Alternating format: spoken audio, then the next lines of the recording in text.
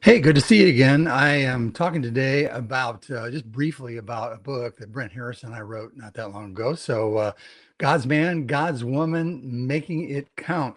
And I want to just discuss, kind of the nature of the book and how you can make use of it in your impact for the kingdom of God around you with the people that you know.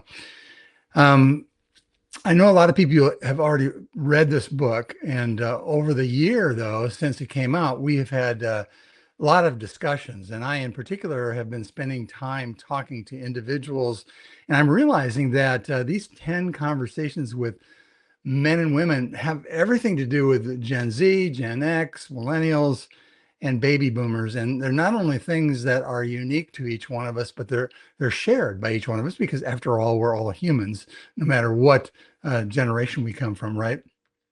So we've been begun to realize that these 10 topics, which wasn't even the purpose of the book, we just picked out things that we thought would be good.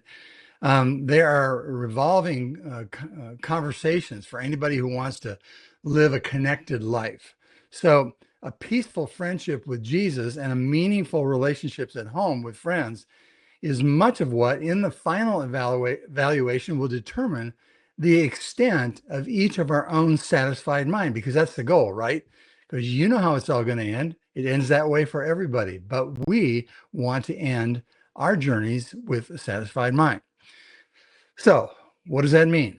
Well, first of all, read the book and get a feel for it yourself, but don't just kind of blow by the different pieces. That's a little bit what I did, and I'm trying not to do. There are 10 chapters with a really interesting introduction, and they're basically 11 conversations that I don't know, are can be life changing as far as the depth that you go into with people. And it's not like it's one and done. You're not just covering material, you are covering what relates to the very purpose of life and the nature of life itself. So read the book, process the conversations. Just sit down and think about it. Think about, where have you had this conversation before? Where do you think you may have it in the future? Assess your connection then, or your disconnection from each one. Some of them may stand out more to you than others. Some of them may come more naturally to you than others.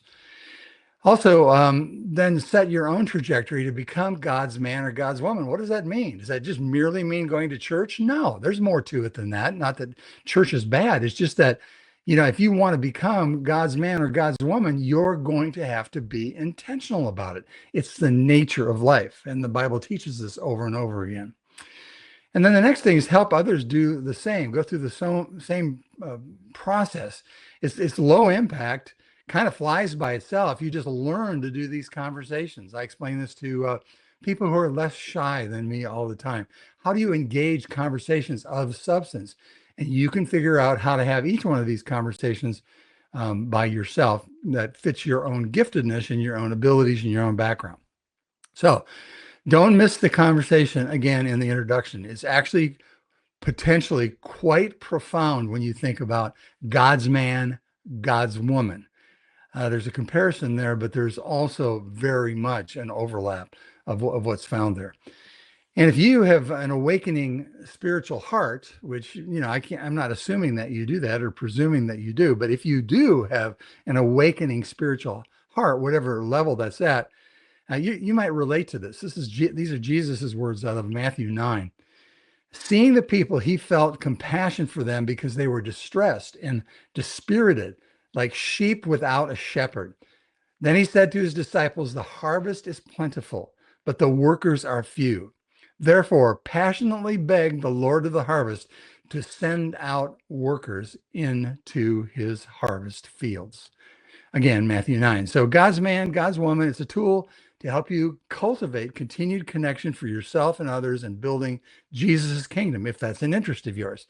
Each chapter has a checklist of questions that will help you take the conversation deeply into your world of family, friends, neighbors, and coworkers. So we're happy to provide coaching for this at the number 4 at fourthstream.com.